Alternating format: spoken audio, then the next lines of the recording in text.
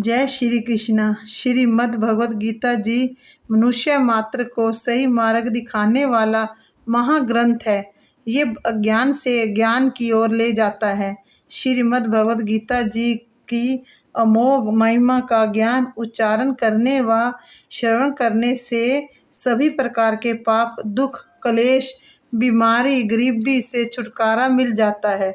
भगवान श्री कृष्ण जी कहते हैं, जो मनुष्य मात्र केवल श्रद्धा पूर्वक मेरे उपदेश को सुन भी लेगा, वह संपूर्ण पापों से मुक्त होकर पुण्य धाम, मोक्ष धाम, स्वर्ग धाम को प्राप्त होगा।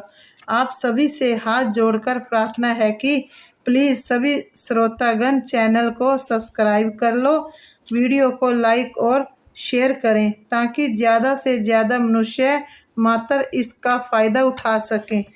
जय श्री कृष्णा। श्री परमात्मा ने नमा पहला अध्याय।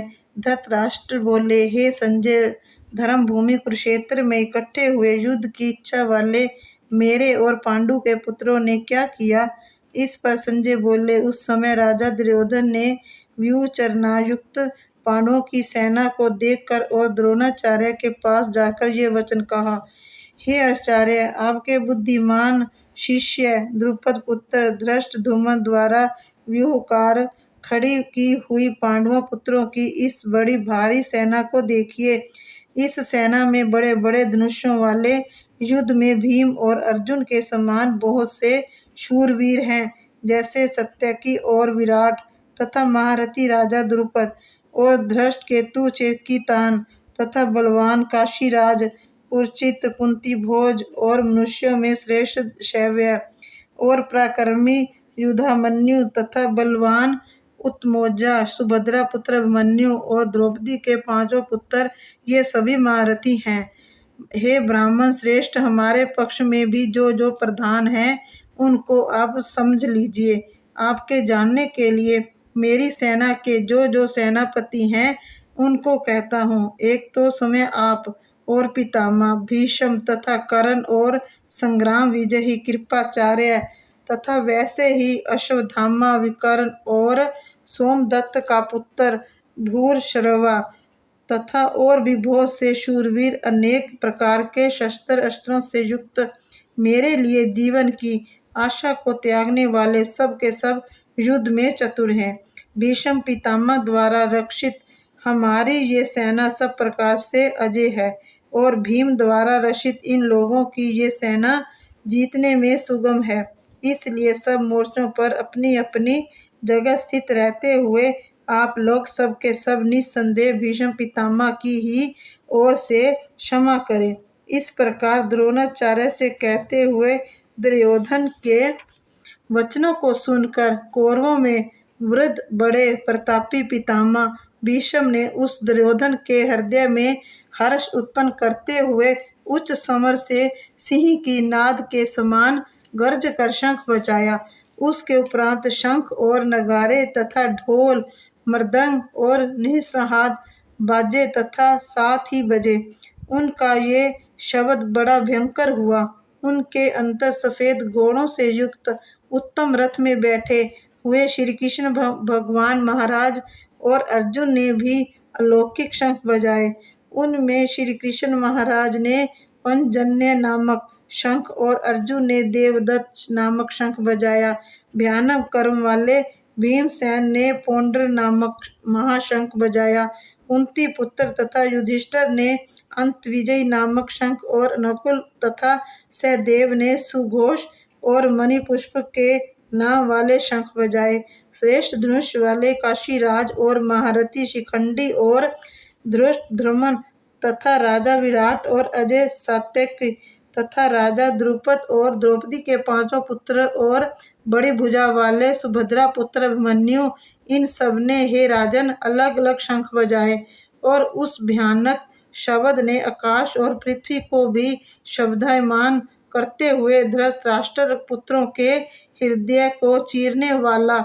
हे राजन, उसके उपरांत कपिध्वज अर्जुन ने खड़े हुए धृतराष्ट्र पुत्रों को देखकर उस शस्त्र चलने की तैयारी के समय धनुष उठाकर हर्षि के श्री कृष्ण महाराज से ये वचन कहा, हे अच्युत, मेरे रथ को दोनों सेनाओं के बीच में खड़ा करिए, जब तक मैं इन स्थिति हुई युद्ध की कामना वालों को अच्छी प्रकार देख लूं कि इस युद्ध रूप व्यापार में मुझे किन किन के साथ युद्ध करना योग्य है। दुर्बुद्धि दुर्योधन का युद्ध में कल्याण चाहने वाले जो ये राजा लोग इन सेना में आए हैं, उन युद्ध करने वालों को मैं देखूंगा। संजय बोले, हे धृतराष्ट्र, अर्जुन द्वारा इस प्रकार कहे हुए महाराज श्री कृष्णचंद्र ने दोनों सेनाओं के बीच में भीष्म और द्रोणाचार्य के सामने और संपूर्ण राजाओं के सामने उत्तम रथ को खड़ा करके ऐसे कहा कि हे पार्थ, इन इकट्ठे हुए कौरवों को देख। उसके उपरांत प्रथापुत्र अर्जुन ने उन दोनों ही सेनाओं में स्थित हुए पिता के भाइयों को, पितामहों को, आचार्यों को, मामों को, भाइयों को, पुत्रों को, पोत्रों को तथा मित्रों को, ससुरों को और सहृदयों को भी देखा। इस प्रकार उन खड़े हुए संपूर्ण बंधुओं को देखकर वे अत्यंत करुणा से युक्त हुए कुंती पुत्र अर्जुन शोक करते हुए ये बोले, हे कृष्ण, इस युद्ध की इच्छा वाले खड़े हुए सब जन समुदाय को देखकर मेरे अंग शिथिल हुए जाते हैं और मुख भी सूखा जाता है और मेरे शरीर में कंप और रोमांच होता है तथा हाथ से गंडीव धनुष गिरता है और त्वचा भी बहुत जलती है तथा मेरा मन भ्रमित सा हो रहा है, इसलिए मैं खड़ा होने के भी समर्थ नहीं हूँ। हे केशव, लक्षणों को भी विपरीत ही देखता हूँ तथा युद्ध में अपने कुल को मारकर कल्याण भी नहीं देखता। हे कृष्ण, मैं विजय नहीं चाहता और राज्य तथा सुखों को भी नहीं चाहता। हे गोविंद, हमें राज्य से क्या प्रयोजन है अथवा भोगों से और जीवन से भी क्या प्रयोजन है, क्योंकि हमें जिनके लिए राज्य भोग और सुखादिक इच्छित हैं वे ही ये सब धन और जीवन की आशा को त्याग कर युद्ध में खड़े हैं, जो कि गुरुजन, ताऊ, चाचे, लड़के और वैसे ही दादा, मामा, ससुर, पोते, साले तथा और भी संबंधी लोग हैं। इसलिए हे मधुसूदन, मुझे मारने पर भी अथवा 3 लोक के राज्य के लिए भी मैं इन सबको मारना नहीं चाहता। फिर पृथ्वी के लिए तो कहना ही क्या है। हे जनार्दन, धृतराष्ट्र के पुत्रों को मारकर भी हमें क्या प्रसन्नता होगी। इन अत्ताइयों को मारकर तो हमें पाप ही लगेगा। इससे हे माधव, अपने बंधव धृतराष्ट्र के पुत्रों को मारने के लिए हम योग्य नहीं हैं, क्योंकि अपने कुटुंब को मारकर हम कैसे सुखी होंगे।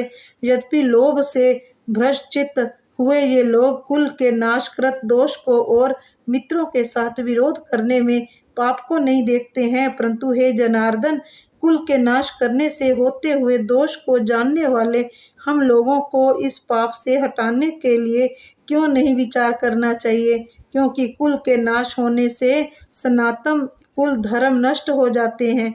धर्म के नाश होने से संपूर्ण कुल को पाप भी बहुत दबा लेता है तथा हे कृष्ण, पाप के अधिक बढ़ जाने से कुल की स्त्रियां दूषित हो जाती हैं और हे वैष्णव, स्त्रियों के दूषित होने पर वर्ण संकर उत्पन्न होता है और वे वर्ण संकर कुल घातियों को और कुल को नरक में ले जाने के लिए ही होता है। लोप हुए पिंड और जल की क्रिया वाले इनके पितृलोक भी गिर जाते हैं और इन वर्ण संकर कारक दोषों से कुल घातियों के सनातन कुल धर्म और धर्म जाति नष्ट हो जाते हैं तथा हे जनार्दन, नष्ट हुए कुल धर्म वाले मनुष्यों का अंत काल तक नरक में वास होता है, ऐसा हमने सुना है। ओहो, शोक है कि हम लोग बुद्धिमान होकर भी महान पाप करने को तैयार हुए हैं, जो कि राज्य और सुख के लोभ से अपने कुल को मारने के लिए अग्रत हुए हैं। यदि मुझ शस्त्र रहित ना सामना करने वाले को शस्त्रधारी धनुष धृतराष्ट्र के पुत्र रण में मारे तो वे मरना भी मेरे लिए अति कल्याणकारक होगा। संजय बोले, रणभूमि में शोक से उद्ग्रन मन वाले अर्जुन इस प्रकार कहकर वान सहित धनुष को त्याग कर रथ के पिछले भाग में बैठ गए। अति श्री भगवत गीता रूपी उपनिषद एवं ब्रह्मा विद्या तथा योग शास्त्र विषयक श्री कृष्ण और अर्जुन के संवाद में अर्जुन विषाद योग नामक पहला अध्याय समाप्त। जय श्री कृष्ण।